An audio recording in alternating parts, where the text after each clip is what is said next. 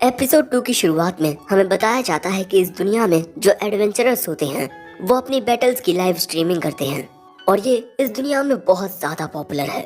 या तो आप लाइव स्ट्रीमिंग देख सकते हैं या फिर बैटल्स के एडिटेड वर्जन देख सकते हैं। और इसी तरह अलग अलग पार्टीज को लड़ता हुआ देखकर लोग उन्हें उनकी पावर के अकॉर्डिंग क्वेस्ट देते हैं। यहाँ तक कि काफी सारी कंपनीज तो एडवेंचरर्स के द्वारा अपने प्रोडक्ट की मार्केटिंग भी करती हैं। और यहाँ हम देखते हैं कि कुछ एडवेंचरर्स यूक की लाइव स्ट्रीमिंग को ही देख रहे हैं कि यूक ने किस तरह एक स्टील क्रैब को हरा दिया और ये और भी लोगों को यूक की वो लाइव स्ट्रीमिंग दिखाते हैं। अगले सीन में हम एक घोड़ागाड़ी को देखते हैं जिसमें हमारे हीरोज बैठे हुए थे। यूक यहाँ अपने बाकी टीम मेंबर्स से पूछता है, तो आप सभी को मेरा मुकाबला कैसा लगा? मरीना कहती है, आपकी वो फाइट बहुत ज्यादा अमेजिंग थी। सिल्क कहती है, हाँ उसका तो कोई जवाब ही नहीं था। रेन कहती है, खाना बहुत डिलीशियस था। लेकिन तभी युग पूछता है, तुम सभी को इस बात से कोई दिक्कत तो नहीं है कि मैं तुम्हारा टीचर रह चुका हूँ, लेकिन अब मैं तुम्हारा टीम मेंबर हूँ। मेरा रैंक और स्टेटस तुम तीनों से काफी अलग है। ये बात सुन सिल्क कहती है, तो क्यों ना आप हमारी पार्टी के लीडर बन जाएं, क्योंकि अब तक हमारी पार्टी के पास एक प्रॉपर लीडर नहीं है। युग हैरान होकर कहता है कि क्या मैं? सिल्क कहती है, हाँ, और शायद भगवान की भी यही मर्जी थी, इसीलिए तो आप हमें मिले। अब इससे पहले कि यूके ने कुछ कहता समझाता, मरीना और रेन सिल्क की बात से सहमत हो चुकी थी। सो अब यूक सोचने लगता है, लीडर बनकर मैं इन बच्चों की बेहतर तरीके से हिफाजत कर पाऊंगा। चलो ठीक है, मैं लीडर बनने के लिए तैयार हूँ, लेकिन अगर कभी भी तुम्हें ये लगे कि मैं लीडर बनने के लायक नहीं हूँ तो बस मुझे बता देना। और ये बात सुन ये तीनों बहुत खुश हो जाती हैं। दूसरी ओर हमें ओरियस रॉयल कैसल ड्यून्स के 4th फ्लोर पर युग की फॉर्मर पार्टी थंडर पाइक को देखते हैं और इनके सामने काफी सारे डायल वुल्फ्स नाम के मॉन्स्टर्स थे और इनकी तादाद बहुत ज्यादा थी, इसीलिए इनका सामना करने में इन्हें दिक्कत आ रही थी। इसीलिए साइमन युग की जगह लेने वाले बंदे से कहता है, हे तुम इन्हें रोको। लेकिन वो कहता है कि मैं ऐसा नहीं कर सकता। साइमन कहता है, मैंने आज से पहले इतने सारे डायल वुल्फ्स को एक साथ कभी नहीं देखा। ये नया लड़का कहता है, अगर तुम लोग इन्हीं का सामना नहीं कर पा रहे तो इतने आगे क्यों आए? तभी एक वुल्फ जेमी को पकड़ लेता है और उसे इंजर्ड कर देता है। तभी साइमन आकर जेमी की मदद करता है और कैमिला से जेमी को हील करने को कहता है, लेकिन कैमिला का माना खत्म हो चुका है। अब ये सुन साइमन कहता है, ये सब क्या हो रहा है? हमें आज यहाँ से लौटना होगा। जिसके बाद एक आराम करने की जगह पर आकर साइमन कैमिला से कहता है कि अगर तुम्हारे पास माना की कमी है तो माना पोशंस का यूज करो, लेकिन वो बताती है कि उसके पास कोई माना पोशंस नहीं है। यूक उन्हें हमेशा कैमिला को ला कर देता था, साथ ही इनके पास कोई भी हीलिंग पोशन नहीं होते क्योंकि वो भी यूक का काम था। अब यहाँ पर सिर्फ इस नए लड़के के पास एक हीलिंग पोशन होता है जो उसने अपने पैसों से खरीदा था। साइमन कहता है, हमारा टीम मेंबर मर रहा है और तुम ऐसी बात कर रहे हो। वो पोशन देकर वो लड़का कहता है, जब मैंने इस पार्टी को ज्वाइन किया तब तुम्ही ने कहा था कि हर एक मेंबर अपनी सप्लाईज के लिए खुद जिम्मेदार होगा। तभी कैमिला का थोड़ा माना रिकवर हो जाता है। दूसरी ओर हम इन चारों को देखते हैं जो अपने क्वेस्ट के पूरा होने पर पार्टी कर रहे थे और उस स्टील क्रैब के बदले में इन्हें काफी अच्छा प्राइस मिला है। और फिर वो सिल्क से पूछता है कि टीम मेंबर्स के बीच रिवॉर्ड्स को किस तरह डिवाइड किया जाता है। वो बताती है कि सारे पैसे उसी के पास रहते और सारे खर्चे भी वही उठाती, क्योंकि ये लोग काफी वक्त से अपना पार्टी बेस बनाने के लिए पैसे इकट्ठा कर रहे हैं, क्योंकि इस वक्त ये सभी होटल्स के रूम में रहते हैं। और हाँ दोस्तों, होटल्स को इनकी भाषा में इन कहते हैं। युग कहता है, ठीक है, जैसा होता आया है वैसा ही करते हैं। सारे पैसों को पार्टी फंड में डाल देते हैं। और दोस्तों, इनसे थोड़ी ही दूरी पर हम थंडर पाइक को देखते हैं और यहाँ साइमन कहता है, जब से हमारी पार्टी बनी है तब से हम इतनी बड़ी परेशानी में कभी नहीं फंसे। भगवान का शुक्र है कि वक्त रहते हमने जेनी को बचा लिया। और इस चीज का दोष सभी लोग इस नए लड़के को दे रहे हैं, क्योंकि इसने हीलिंग पोशन को अपने पास रखा।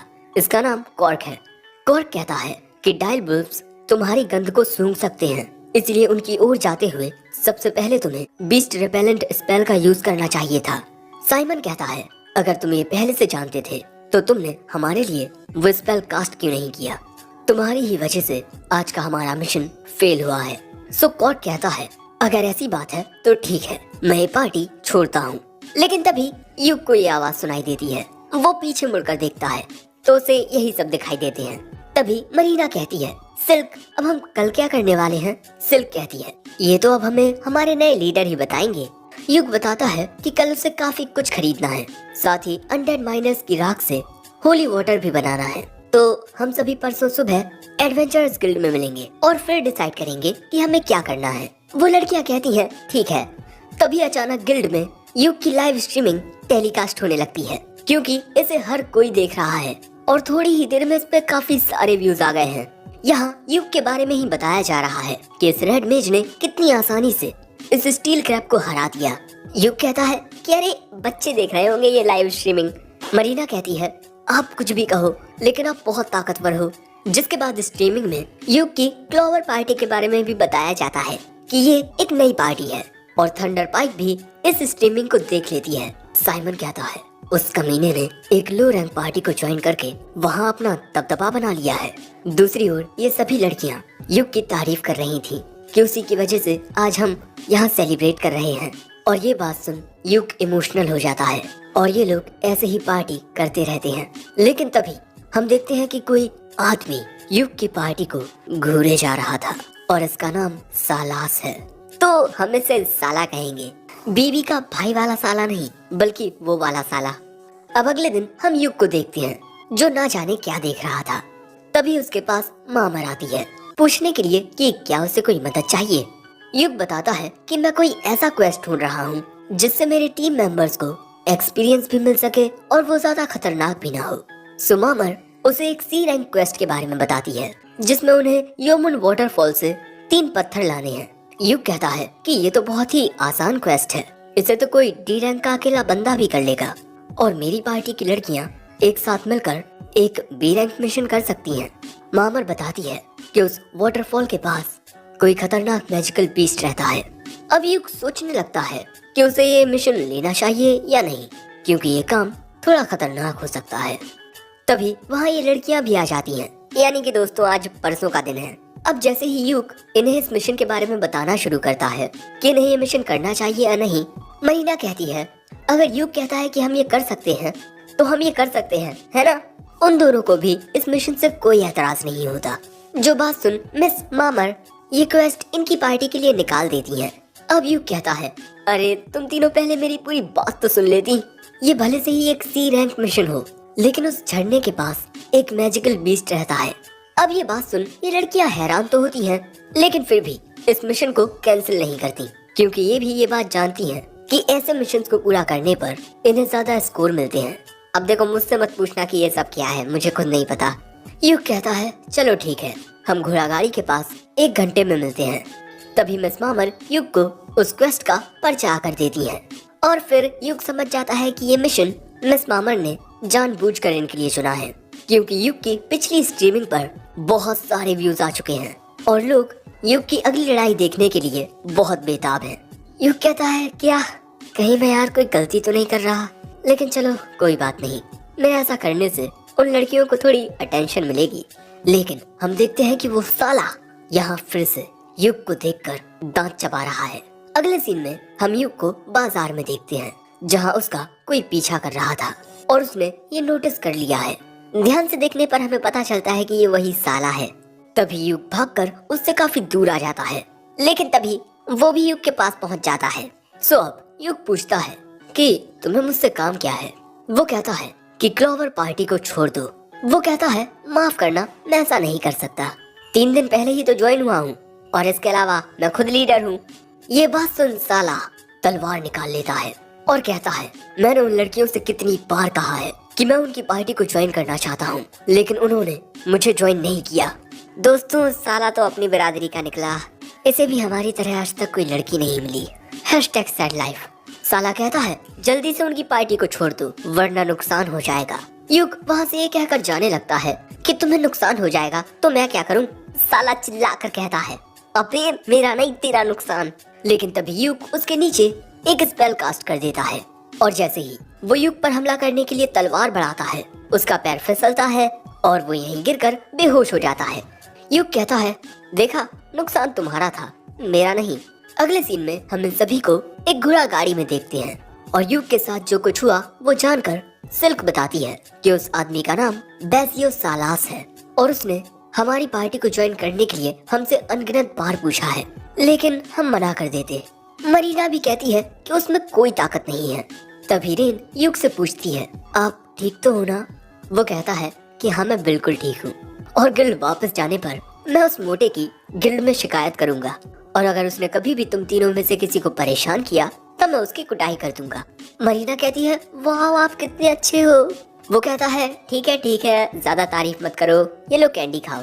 जिसके बाद ये लड़कियां कैंडी खा लेती हैं। जिसके बाद युग कहता है, हमारा मिशन ह्यूमन वाटरफॉल से 3 पत्थर लाना है, जिसमें हमें कोई दिक्कत नहीं होगी। असल दिक्कत आएगी उस मैजिकल बीस्ट का सामना करने में। हो सकता है कि वो कोई भालू, भेड़िया, हिरण या सुअर हो। तभी हमें पता चलता है कि ये लड़कियां 2 महीने पहले उस वाटरफॉल के पास जा चुकी हैं, लेकिन वहाँ कोई मॉन्स्टर नहीं था। वहाँ पर तो कोई नॉर्मल सा जानवर भी नहीं था। युग कहता है, लेकिन वहाँ मौजूद जंगल में शुरुआत से ही बहुत सारे जानवर रहे हैं। इसका मतलब तुम लोगों की किस्मत अच्छी थी जो तुम्हारा उस मैजिकल बीस्ट से सामना नहीं हुआ। अगर हमें वो मैजिकल बीस्ट दिखेगा तभी हम इस लाइव स्ट्रीमिंग को ऑन करेंगे। भले ही हम उसे हरा पाए या नहीं, लेकिन मैं उस बैटल को रिकॉर्ड करूंगा। अब युग इस बैटल को लाइव स्ट्रीम इसी वजह से करेगा क्योंकि ये नहीं जानते कि वो मैजिकल बीस्ट किस टाइप का है। अगर उससे लड़ने में इन्हें बहुत ज्यादा दिक्कत आई तब लाइव स्ट्रीमिंग देखते हुए गिल्ड इनके लिए मदद भेज सकता है। अब ये लड़कियां भी लाइव स्ट्रीमिंग में दिखेंगी, इसीलिए रेन कहती है, मुझे और अच्छे कपड़े पहन कर आने चाहिए थे। सिल्क कहती है, मेरे बाल तो ठीक है ना? ये देख युग मन में कहता है, अरे ये लड़कियां भी ना। लेकिन एक मिनट, सिल्क तो एक डार्क एल्फ है, तो इसकी उम्र कितनी होगी? मरीना कहती है, चिंता मत करो युग, सिल्क बस 17 साल की है। सिल्क कहती है, मरीना मेरी इजाजत के बिना तुम किसी को मेरी उम्र कैसे बता सकती हो? और सेंसे आपको पता है ना, एक लड़की से उसकी उम्र नहीं पूछनी चाहिए। तभी रेन कहती है, मैं यहाँ सबसे बड़ी हूँ, 20 ईयर्स ओल्ड। युग कहता है, पर मैंने तो कुछ कहा नहीं। एक मिनट, क्या तुम 20 साल की हो? देखने से तो नहीं लगता। एक मिनट, मैं सच में ऐसा कुछ नहीं देख रहा। लेकिन रेन अपना मुंह फुला लेती है और थोड़ी ही देर में ये लोग लेक के पास पहुंच जाते हैं। अब बारी है जंगल में आगे बढ़ने की, और ये मिशन काफी खतरनाक हो सकता है। इसीलिए मिस मामर ने नौसिखिए एडवेंचरर्स को छोड़कर ये क्वेस्ट इन्हें दिया, जिसके बाद कैमराट के जरिए इनकी रिकॉर्डिंग शुरू हो जाती है। अब हम इन्हें जंगल में आगे बढ़ता हुआ देखते हैं, और यहाँ आसपास कोई भी जानवर नहीं होता, और यहाँ मरीना सबसे आगे होती है क्योंकि डंजन की तरह जंगल में कोई जाल नहीं है, और अगर पीछे से इन पर किसी बीस्ट ने हमला किया तब युग उसका सामना कर लेगा। और क्योंकि युग ने एक मैजिकल आर्मर पहना हुआ है जो उसे डंजन में मिला था, इसलिए उस पर खतरनाक हमलों का ज्यादा असर नहीं होता। रेन बताती है कि युग ने जो आर्मर पहना हुआ है वो वॉरलॉक अटायर है, जो फिजिकल और मैजिकल अटैक दोनों से बचाता है। इसमें और भी काफी खूबियां हैं। अब ये लोग इसी तरह चलते रहते हैं, और थोड़ी ही देर में इनके सामने वो वाटरफॉल आ जाता है। वहाँ पहुँचते ही इन्हें कुछ आवाज आती है, और युग तुरंत ही कैमराट को लाइव स्ट्रीम पर सेट कर देता है, और फिर इनके सामने आता है वो मैजिकल बीस्ट ज़ारनाक। ये एक ऐसा हाई रैंक मैजिकल बीस्ट है जो नॉर्दर्न वेस्टलैंड या डंजन की गहराइयों में रहता है। इसे बीस्ट किंग भी कहा जाता है, और युग जानता है कि इनकी पार्टी इतने खतरनाक मॉन्स्टर को नहीं हरा सकती। इसलिए वो कहता है, मैं इसे रोकने की कोशिश करता हूँ, तुम सभी भाग जाओ, और सिल्क मेरी जगह पर लीडर की जिम्मेदारी तुम निभाओगी। सभी मेंबर्स को सेफ जगह तक पहुंचाना। वो मैजिकल बीस्ट इनकी ओर ही आगे बढ़ रहा था, लेकिन मरीना भागने से इनकार कर देती है। सिल्क भी वहां से नहीं भागती, और रेन भी तुरंत अपनी इनकांटेशन करने लगती है। वो लड़कियां कहती हैं, हम यहाँ तुम्हें खतरे में छोड़कर नहीं भागेंगे। सो युग कहता है, ठीक है, हम एक साथ इससे लड़ेंगे। जिसके बाद युग इन सभी की फिजिकल एबिलिटीज को बूस्ट कर देता है। फिर मरीना उस पर हमला करने जाती है, लेकिन जब वो मॉन्स्टर हमला करता है तब उसका हमला रोकने में ही मरीना को बहुत दिक्कत होती है। वो मॉन्स्टर मरीना को दूर फेंक देता है। मरीना एक चट्टान से टकराती है। सो अगले ही पल में युग उस मॉन्स्टर को शॉक देकर उस पर एक साथ 4 मल्टीपल स्पेल्स का यूज करता है, लेकिन इन चारों से भी उसे ज्यादा कुछ नहीं होता। तभी मरीना भी उठकर खड़ी हो जाती है, लेकिन यहाँ अब युग के पास बस एक ही ऐसा मैजिक बचा है जो इन्हें बचा सकता है। इसलिए वो मरीना से कहता है कि मुझे थोड़ा वक्त चाहिए। जिसके बाद वो उस स्पेल को कास्ट करना शुरू करता है। वही मरीना उस मॉन्स्टर से लड़ रही है, और जंगल में होने की वजह से सिल्क कर देता है। फिर मरीना उस पर हमला करने जाती है, लेकिन जब वो मॉन्स्टर हमला करता है तब उसका हमला रोकने में ही मरीना को बहुत दिक्कत होती है। वो मॉन्स्टर मरीना को दूर फेंक देता है। मरीना एक चट्टान से टकराती है। सो अगले ही पल में यूक उस मॉन्स्टर को शॉक देकर उस पर एक साथ 4 मल्टीपल स्पेल्स का यूज करता है, लेकिन इन चारों से भी उसे ज्यादा कुछ नहीं होता। तभी मरीना भी उठकर खड़ी हो जाती है, लेकिन यहाँ अब यूक के पास बस एक ही ऐसा मैजिक बचा है जो इन्हें बचा सकता है। इसीलिए वो मरीना से कहता है कि मुझे थोड़ा वक्त चाहिए, जिसके बाद वो उस स्पेल को कास्ट करना शुरू करता है।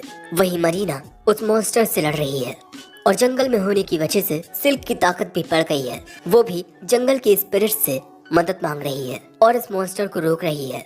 मरीना और सिल्क एक साथ इस मॉन्स्टर पर हमला करना जारी रखती है। वहीं यूक उस स्पेल को कास्ट करता रहता है और फिर वो एक साथ 5 प्रकार के मैजिक का यूज करता है। प्रिस्मेटिक मिसाइल, और ये हमला बहुत ही ज्यादा हाई लेवल का होता है। यूक इस हमले को रिलीज करता है और ये हमला सीधा जाकर उस मॉन्स्टर में लगता है और यही ये एपिसोड एंड हो जाता है। एपिसोड 3 की शुरुआत में हम देखते हैं कि यूक अपने ग्रेड 5 मैजिक प्रिस्मेटिक मिसाइल का यूज करता है और ये हमला सीधा उस मैजिक बीस्ट ज़ारनाक में जाकर लगता है। लेकिन शुरुआत में देखने पर ऐसा लगता है कि जैसे यूक के उस हमले से ज़ारनाक को कुछ नहीं होता और अब तो यहाँ यूक भी बहुत ज्यादा थक चुका है और तभी ये ज़ारनाक इन पर हमला करने के लिए जाता है, लेकिन अगले ही पल में उसके मुंह से बहुत सारा खून बहने लगता है और तभी रेन भी ग्रेड 5 मैजिक थंडरबोल्ट का यूज करती है, जिसमें आसमान से बहुत खतरनाक बिजली ज़ारनाक पर आकर गिरती है और इससे एक बहुत ही बड़ा धमाका होता है। लेकिन इन सब के बावजूद भी ज़ारनाक जिंदा था, जो देख यूक तुरंत मरीना को इस ज़ारनाक का सिर काटने को कहता है, जिसके बाद मरीना इसकी